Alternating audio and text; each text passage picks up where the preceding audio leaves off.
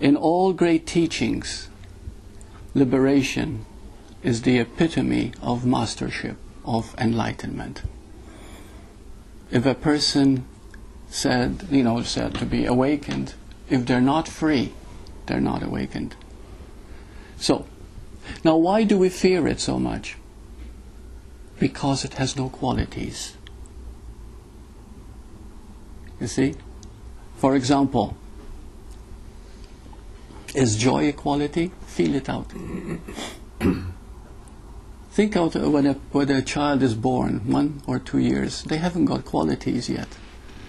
They're just there, empty, and in that emptiness, they're qualityless. So they have joy. This is one thing that the mind can't understand. See, when you're totally empty, you're joyous, you're blissful, you're Sachitananda. You see? That's freedom.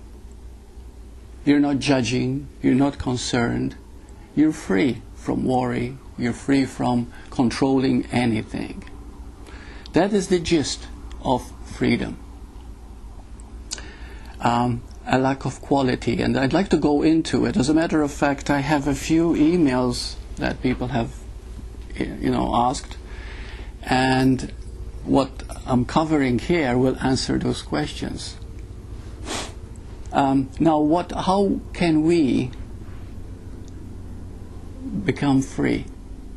You can't. Why can't we? Because any effort you make to be free is telling yourself you're not free.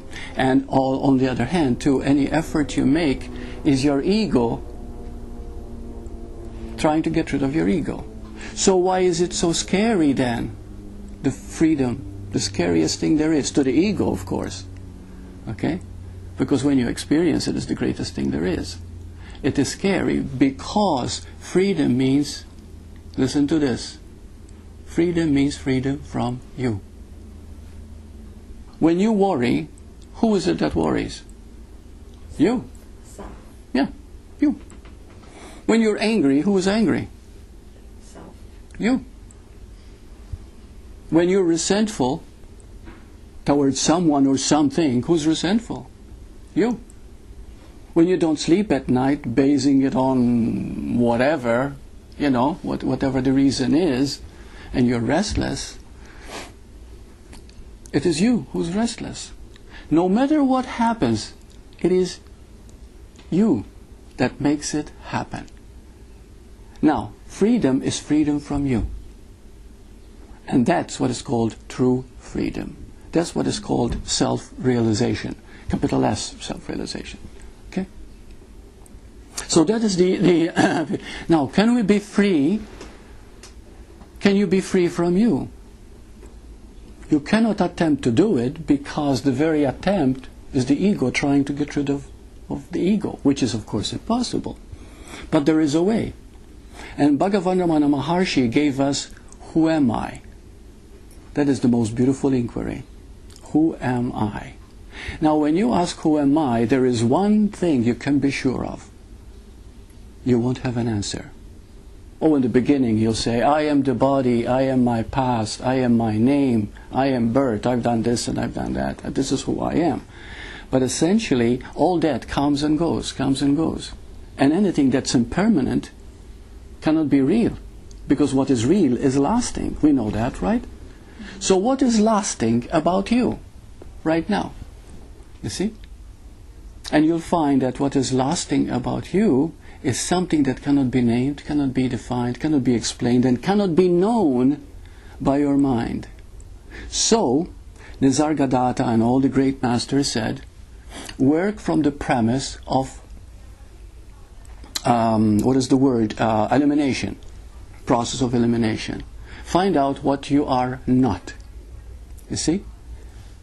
You are not your name, because you can be a name and still be you. You're not your country, because you can be born without a country. You can be born on a plane or whatever and still be you. You see? You're not your body, because your body is being recycled all the time. We know very well that when you were a baby and then it became a teenager and then you became a man and then an old person, There are definitely 4 different bodies right there in every aspect. So you're not the body, so who are you? And you cannot know. There is no way that you can ever know. And if you think, I know who I am, I don't. But the difference is that I'm happy not knowing. Because then I am so open to the wonder and vastness that the possibilities are endless, that every moment is unique, and every moment is alive, and every moment is rich, and it's new.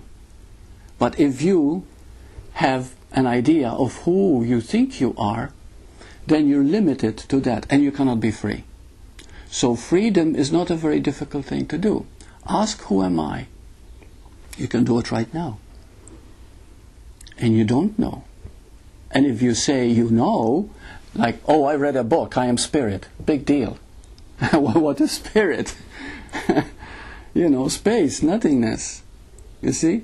Or I'm a spiritual divine being. Great. It's wonderful. It sounds great. But what is a spiritual divine being? See? Another statement. You don't know. And when you acknowledge the fact that you don't know, then the ego drops. The me drops. Now you never get hurt. When people talk about you, it doesn't matter. You are no longer concerned. Because you know that you don't know who you are. So how can that be offended, that which you don't know who you are? How can that hurt? How can that be worried, you see? And then something else comes into being. That is the most beautiful thing. That is as far as you can go. As far as you can go is that you don't know. But when you are sincere in that, when you are totally open to that premise that you really don't know, and admit it, then something begins to take over.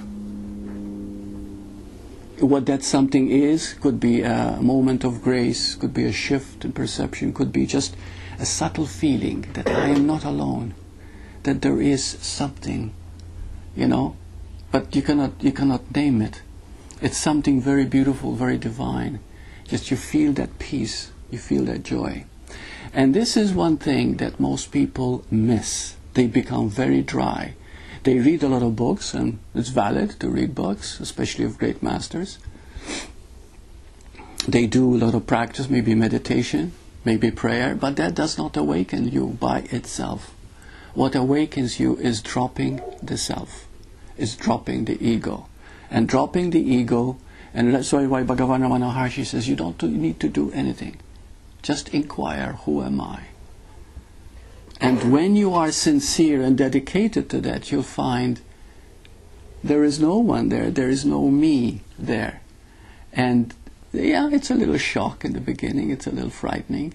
But the moment you accept it, the moment you completely embrace it, an automatic joy starts to come for no reason at all. It just comes.